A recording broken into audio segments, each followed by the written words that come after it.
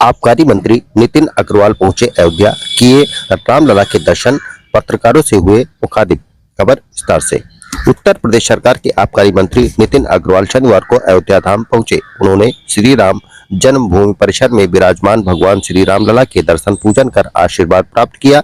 दर्शन के उपरांत मंत्री नितिन अग्रवाल ने मीडिया से वार्ता की। इस दौरान उन्होंने प्रदेश सरकार की नीतियों और विकास कार्यों पर प्रकाश डालते हुए कहा कि मुख्यमंत्री योगी आदित्यनाथ के नेतृत्व में उत्तर प्रदेश हर क्षेत्र में प्रगति की ओर अग्रसर है। उन्होंने अयोध्या में चल रहे विकास कार्यों की भी सराहना की और कहा कि यह नगरी वैश्विक स्तर पर भव्य और दिव्य रूप में दिखाई दे रही है।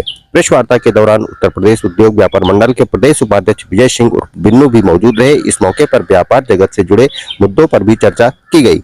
मंत्री ने कहा कि सरकार की प्राथमिकता है कि प्रदेश में धार्मिक, सांस्कृतिक और औद्योगिक गतिविधियां संतुलित रूप से आगे बढ़े ताकि रोजगार के अवसर बढ़े और प्रदेश की अर्थव्यवस्था मजबूत हो। मुझे आज सौभाग्य मिला है फिर से आने का। आज अयोध्या में कई कार्यक्रमों में सम्मिलित होने का सौभाग्य मिला। मैं यहाँ पे उमर वैश्य समाज के द्वारा जो प्रतिनिधि सम्मेलन मंडल का सम्मेलन हुआ था, प्रादेशिक अधिवेशन हुआ था, उसमें भी शामिल हुआ। और आज यहाँ पे अपने सभी माननीय हमारे जिले के अध्यक्ष भारतीय जनता पार्टी के हैं, हमारे संगठन के प्रदेश के उपाध्यक्ष हैं और सभी सम्मानित सभी हमारे कार्यकर्ता हैं। आज उनसे भी मिलने का मौका मिल रहा है।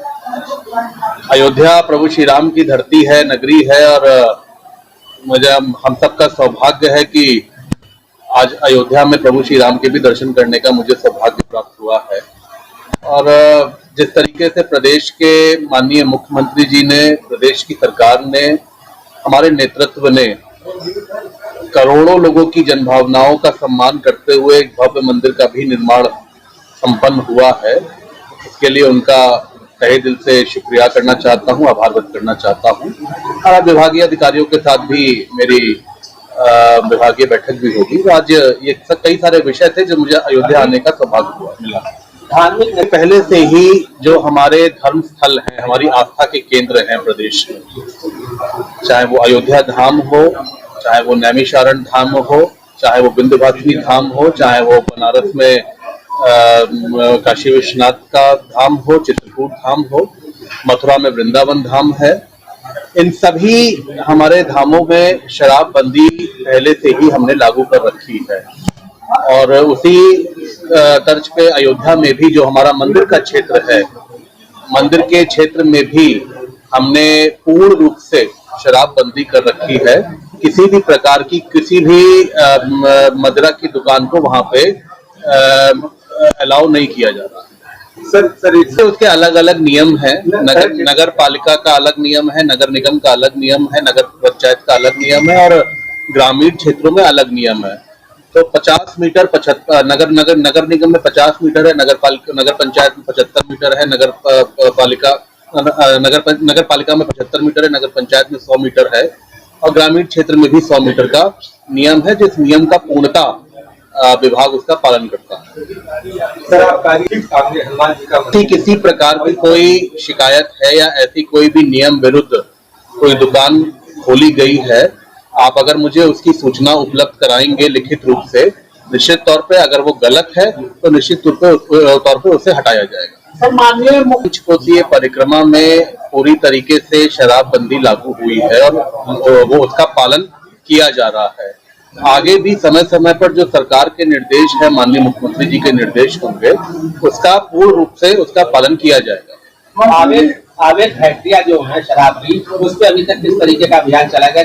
पिछले 8 वर्षों में जब से माननीय योगी जी के हाथ में उत्तर प्रदेश की कमान आई है, हमने सबसे पहला कदम ये उठाया था कि हमने उत्तर प्रदेश में पूरी तरीके से जो माफियाओं का जो राज और जो कंट्रोल विभाग में रहा करता था समाजवादी पार्टी के समय में, उस नेक्सस को हमने तोड़ने का काम किया है।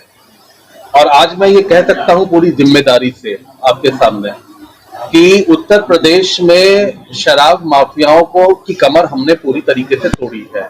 जहां तक कि अवैध फैक्ट्रियों की बात है, अवैध मदिरा की बात है, विभाग लगातार पूरे वर्ष इस पे अपने अभियानों को चलाता है। और हमारे विशेष प्रवर्तन अभियान चलते रहते हैं जिससे हम लोगों को काफी सफलता मिली है पिछले 8 वर्षों में। हर वर्ष लगभग हर महीने अगर मैं उसका एवरेज ले लूं तो हर महीने ऐसे विशेष परिवर्तन अभियान चलते हैं। और मैं आप लोगों से ये जरूर कहना चाहूंगा कि हमने, चाहे वो दूसरे प्रदेशों से अवैध मदिरा आ रही हो प्रदेश में, चाहे हमारे प्रदेश में ऐसा कोई नेक्सस चल रहा हो जो अवैध मदिरा का निर्माण कर रहा है, हमने उसको समाप्त किया है, खत्म किया है, बंद किया, FIR हुई है, लोगों को जेल भेजा है। और आगे भी जहां पे अगर कहीं ऐसी सूचना आपके माध्यम से हमें ऐसी मिलेगी, मैं आपको विश्वास दिलाता हूं विभागीय कार्रवाई भी होगी विभागीय अधिकारियों पे, और जो लोग ऐसा काम कर रहे हैं उनके खिलाफ भी हम कार्रवाई करेंगे। ऐसा है, मैंने जो आपसे कहा कि जहां जहां पे शराबबंदी का नियम लागू है वहां पे पूर्णतः शराबबंदी है।